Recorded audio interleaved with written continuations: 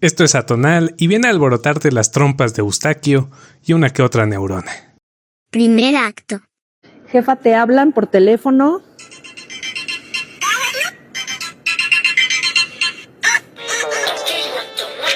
¡Rosalía! 28 de abril a las 8 de la noche, Motomami en el Zócalo capitalino.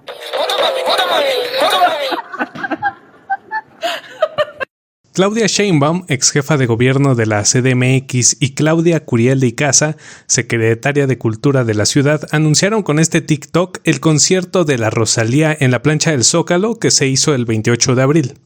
Como seguro sabes, el concierto fue un éxito, pero las críticas no se hicieron esperar desde que salió ese TikTok. Va un ejemplo. El expresidente Vicente Fox tuiteó esto el 10 de abril. No tienen dinero para comprar vacunas. No tienen dinero para arreglar el metro. No tienen dinero para los tratamientos para el cáncer.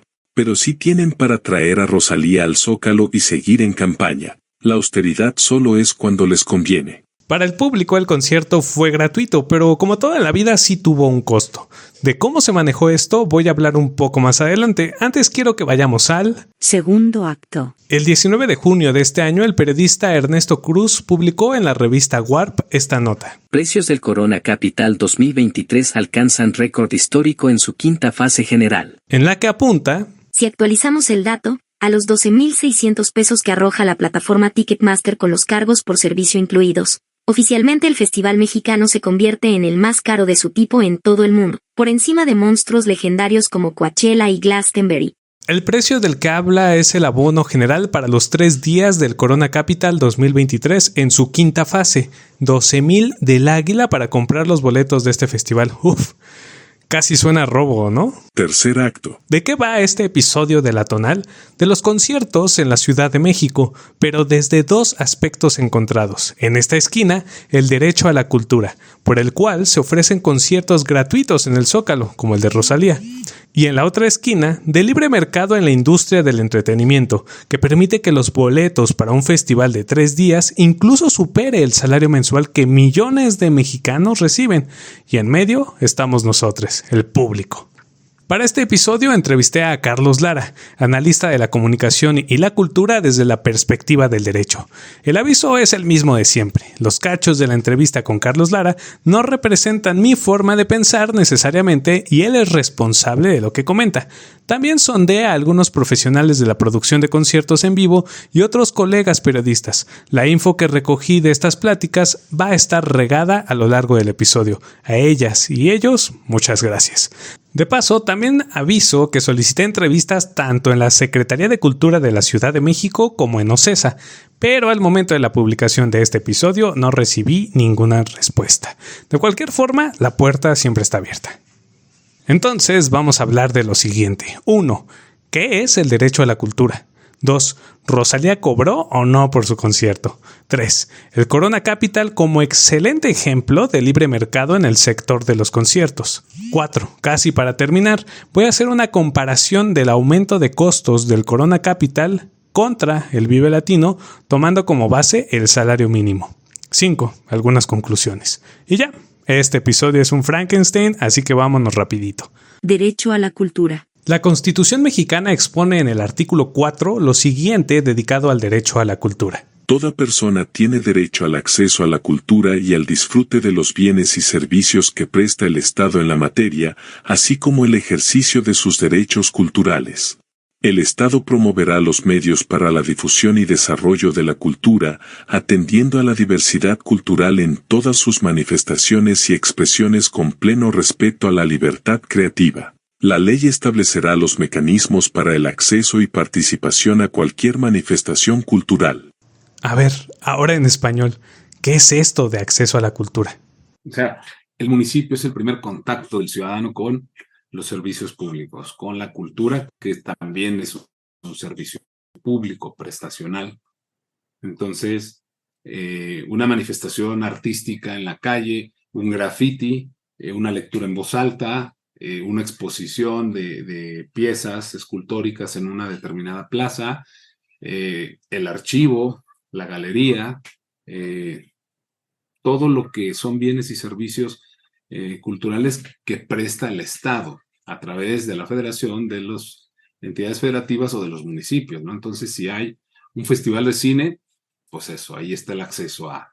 Si hay un festival de libro, una feria de libro, también. La estatuaria pública, su correcto mantenimiento, también es parte del acceso a la cultura. Los archivos, las bibliotecas, las fototecas, las mediatecas, todo lo que alberga, ¿no?, un municipio en materia de, que aunque sea federal o de la entidad federativa correspondiente, se asenta en el municipio, ¿no? Entonces la gente al salir se topa con un mural, pues el mural es parte de un programa. En el caso de la CDMX, la Constitución local también protege el acceso a la cultura, y en este caso, una de las formas más visibles que el gobierno de la ciudad ha encontrado para que la ciudadanía ejerza este derecho es organizar conciertos gratuitos en el Zócalo.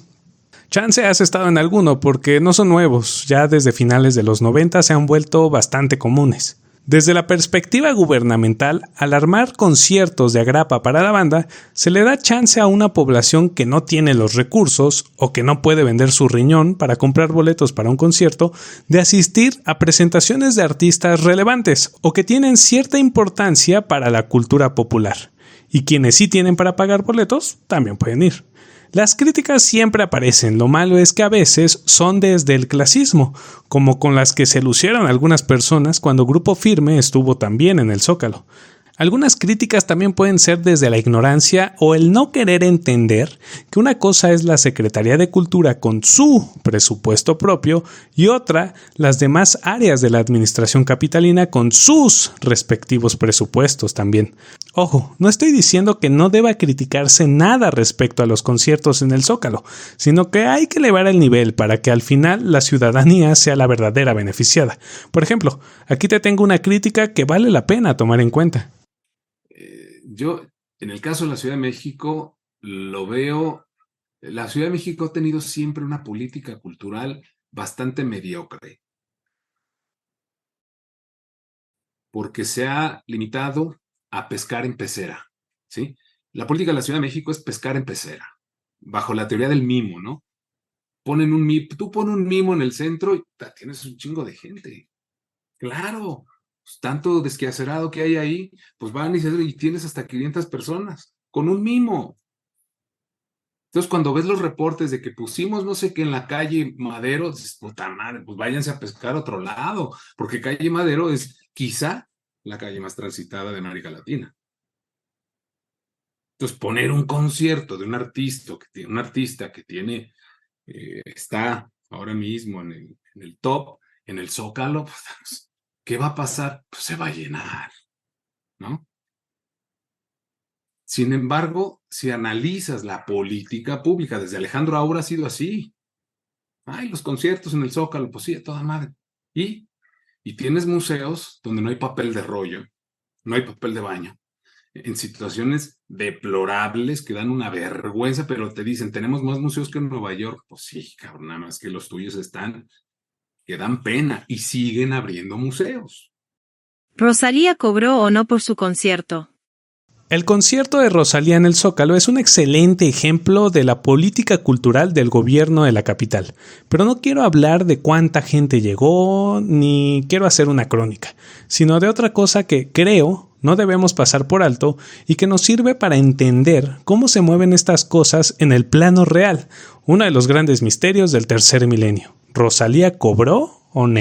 Después de su paso por el Festival Coachella, Rosalía está ofreciendo este concierto sin ningún tipo de beneficio económico con la intención de retribuir el cariño y amor por el público mexicano que la ha apoyado desde los inicios de su carrera. Esto viene en un comunicado de Ocesa que salió a partir de toda la polémica del concierto. Y como lo dice Ocesa, pues yo le creo, así que a otra cosa. Nah, no es cierto. Justo porque lo dice Ocesa, hay que cuestionarlo. Sin ningún tipo de beneficio económico. Sí, cómo no. De acuerdo a Celebrity Talent, una agencia internacional de booking, la Rosalía cobra entre $300,000 y $499,000, algo así como entre 5 y 8 millones y medio de pesos. Para no andarme con especulaciones, pedí por medio de la plataforma de transparencia los documentos referentes a este concierto y esto fue lo que me encontré. Antes de que se me pase, puedes checar toda esta info en mi Twitter, la espantosa X o como se llame esta semana, @HugoCoatl. El total facturado por el concierto de Rosalía en el Zócalo fue de 10,474,660 pesos. ¿Qué? Con los costos que mencioné antes, parecería que se infló el precio, pues según Celebrity Talent, el máximo que cobra Rosalía es de 8,5 millones de pesos. Pero hay un detalle. Estos 10 melones de pesos fue por el costo de 2 conciertos en el Zócalo. Uno fue el de Rosalía y el otro fue este. Vamos mi cariño que todo está bien. Esta noche cambiaré. Te juro que cambiaré. Los fabulosos Cadillacs se presentaron el 3 de junio de este año en la plancha del Zócalo. O sea, la cuestión estuvo así.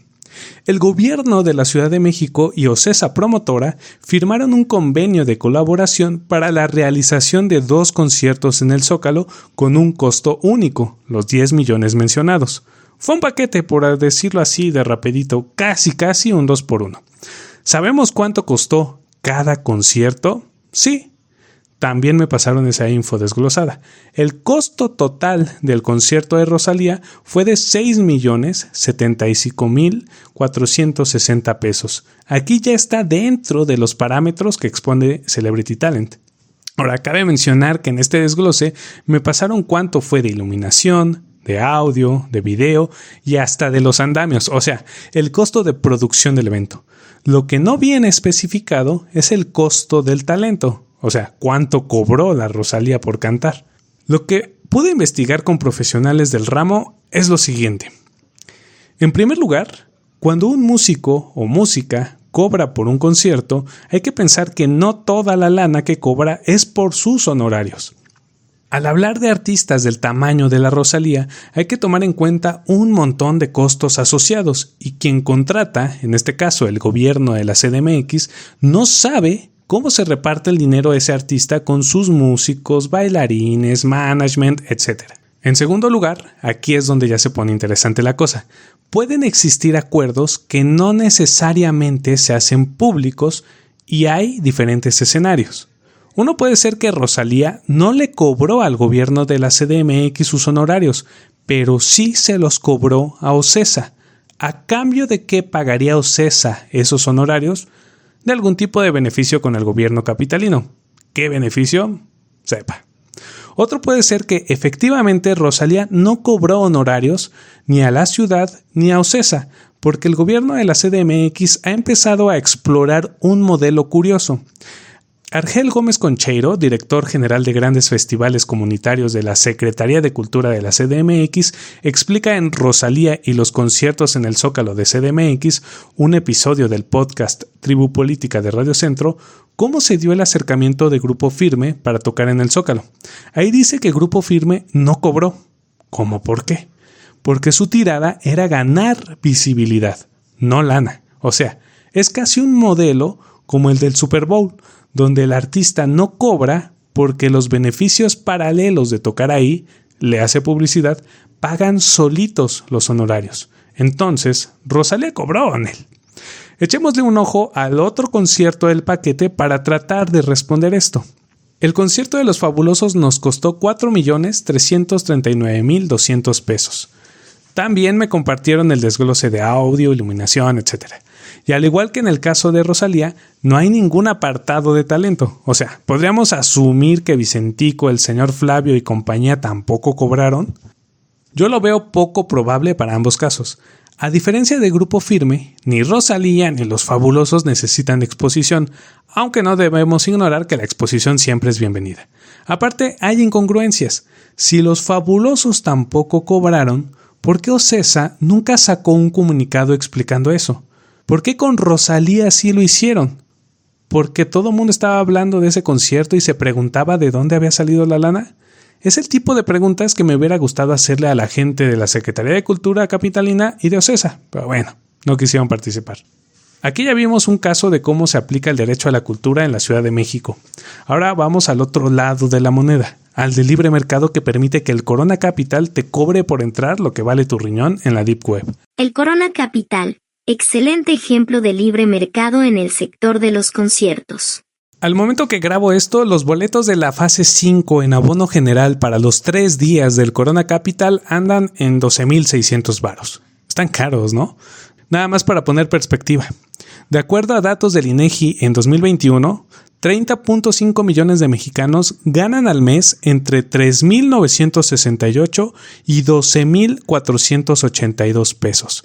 Aquí me equivoqué, dije 12,482 pesos, pero me refería a 18,482 pesos. O sea, si ese grupo de la población quisiera comprarse un abono para el Corona, algunos se tendrían que endeudar y a otros les quedarían 5,000 pesos y pelos para pagar sus gastos. De acuerdo a los mismos datos del INEGI, solo 1.1 millones de mexicanos ganan más de 18,582 pesos al mes. Ese es el verdadero público del Corona. De quienes ganan menos de 3,000 varos al mes, mejor ni hablamos. Esos que vayan a ver a la Rosalía al Zócalo. Pero demos 2 pasitos para atrás. ¿Por qué en la Ciudad de México existen conciertos gratuitos del nivel del de Rosalía y carísimos como el Corona? ¿Cómo pueden convivir ambos mundos? Carlos Lara nos arroja un poco de luz sobre estos dos lados de la moneda, derecho a la cultura y libre mercado, o para irnos a la raíz de ambos, entre ciudadanía y consumidores. El mercado atiende, y ahí está la diferencia, el mercado atiende consumidores. El Estado atiende ciudadanos. Entonces el Estado tiene que garantizar el acceso a la cultura, que son bienes y servicios, y el ejercicio de los derechos culturales para los ciudadanos. Estos mismos, en su calidad de consumidores, el mercado les ofrece otra agenda de posibilidades. Habrá quien pueda, y habrá quien no, acceder a los servicios, a los productos y servicios que vende el mercado, ¿no? Pero, si no, al Estado le corresponde poner el piso mínimo de acceso a la cultura, ¿no? Y a propósito de los precios del Corona, ¿el Estado puede regular este mercado? Aunque hablamos de la industria del entretenimiento, el Estado puede perfectamente regular cuando se trate de o se esté ante una actitud, ¿no? O acción que vaya en detrimento del consumidor o que genere una desigualdad, y para eso tiene legislación, mecanismos y demás. Y antes de que alguien se escandalice y se ponga a gritar como a la torre ¡comunismo!, una de las labores del Estado es regular. En este sector económico no solo estaríamos hablando de ver qué onda con los precios, sino especialmente de otras prácticas, por ejemplo, la tarifa dinámica de los boletos de Ticketmaster. Eso de las dichosas fases no tiene ninguna transparencia para el consumidor. ¿A cuántos boletos corresponde cada fase? ¿O es de acuerdo a fechas? Esa info deberíamos conocerla antes, no una vez que ya subieron la tarifa. Histórico de aumento de precios del Corona Capital y Vive Latino, y comparación con el salario mínimo. Vamos a una de las partes chiclosas de este episodio. Sí, los boletos del Corona Capital están en un ojo de la cara, pero ¿ha sido el momento en que han estado más caros? Sobre todo si tomamos como base el salario mínimo. Lo que quiero analizar aquí es qué tanto han subido año tras año en la última década los boletos del Corona y del Vive Latino, los dos festivales más importantes de la ciudad, y compararlo con el salario mínimo. Ya sé, esto de comparar con el salario mínimo puede ser un poco problemático porque ¿a poco tú, godínez topper dorado, has tenido incrementos paralelos a los del mínimo en tu salario? A final de cuentas, como vimos antes, el público de ambos festivales no es el que gana el mínimo. Pero bueno, tenemos que partir de una base. Hasta hice unas tablitas con la información que saqué, te las dejo por ahí en mi Twitter. Pero para ti que estás escuchando, te paso los datos más importantes. Ojo, los precios que tomé en cuenta para comparar son de boletos individuales. Los abonos se quedan fuera. en su versión sencilla, o sea, nada de boletos VIPs y esas jaladas clasistas que se inventan. Y por último, tomé en cuenta las fases más caras, el momento en que costó más el boleto. Analicé de 2013 a 2023 y va de nuevo, nada más Corona y Vive. Voy primero con el Corona. El año en que el boleto subió más de precio con respecto al anterior fue 2017. En 2016, el boleto costó 1,480 pesos. En 2017, 1,950, o lo que es lo mismo, un 31.75% más. Ahora, si checamos en qué momento el boleto del Corona costó más salarios mínimos, también fue en 2017. Va de nuevo. Ese año, el boleto individual costó 1,950 pesos. El salario mínimo andaba en 80.04 pesos, por lo que un boleto del Corona estaba en 24.36 salarios mínimos. Tenías que trabajar casi un mes ganando el salario mínimo para comprar un boleto. Eso sin incluir lo que te cobra Ticketmaster, que ese es otro temota. Ya para terminar con el Corona, de 2013 a 2023, el costo del boleto ha aumentado 233.33%, de 900 pesos que costaba en 2013 a los actuales 3,000 pesos que anda uno de los boletos por día al momento que grabo esto. Vamos con el Vive. El año en que el Vive Latino subió más su costo de boleto con respecto al año anterior fue en 2015. En 2014 el boleto costó 580 pesos y para 2015 subió a 834, o lo que es lo mismo, un 43.79%. En 2019 fue el año en que el Vive Latino salió más caro, tomando como base el salario mínimo. Ese año, el boleto costó 1,510 pesos y el salario mínimo anduvo en 102.68 pesos, por lo que un boleto para el Vive salía en 14.7 salarios mínimos, o sea, toda una quincena. En cuanto al histórico, el costo del Vive entre 2013 y 2023 ha aumentado 318.18%. En 2013, un boleto costaba 500 pesos y este año su fase más cara fue de 2,300. Algunas observaciones que me llaman la atención de ambos festivales.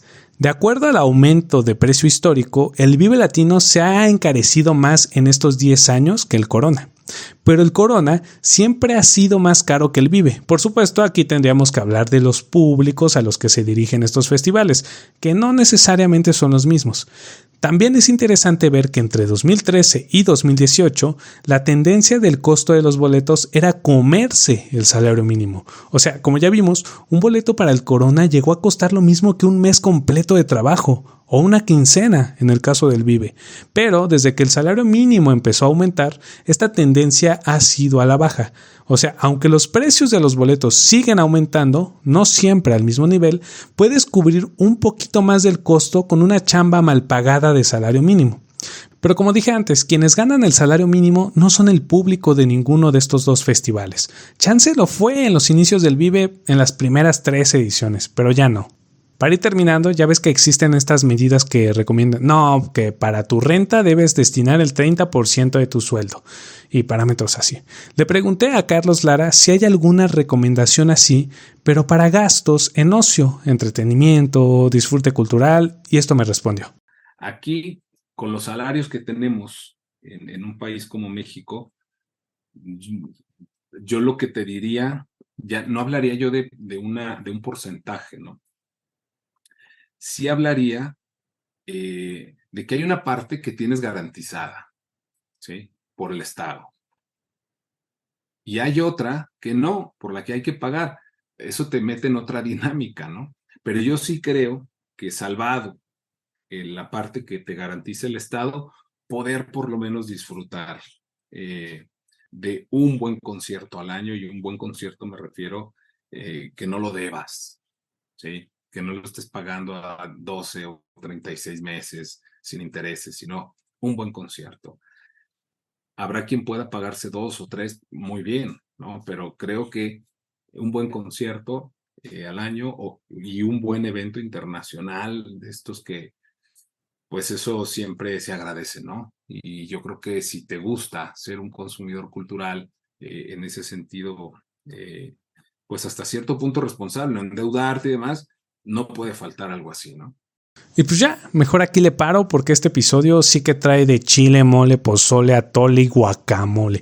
Como conclusión, me quedo con que ojalá la CDMX desarrolle más y mejores políticas públicas integrales que permitan el ejercicio de los derechos culturales de los chilangos y de paso que la relación de la Secretaría de Cultura con OCESA sea absolutamente transparente. Y por el lado del mercado nos surgen legislaciones ad hoc a los tiempos actuales.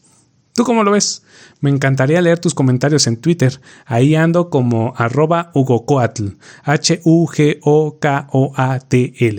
También recuerda que ahí te dejo toda la info adicional a lo que mencioné aquí. De nuevo, gracias a Carlos Lara por prestar su voz y conocimientos para este episodio. Y ya para cerrar la cortina va un comercial. Atonal ya tiene TikTok. Búscalo como Atonal Periodismo Rock si andas por ahí.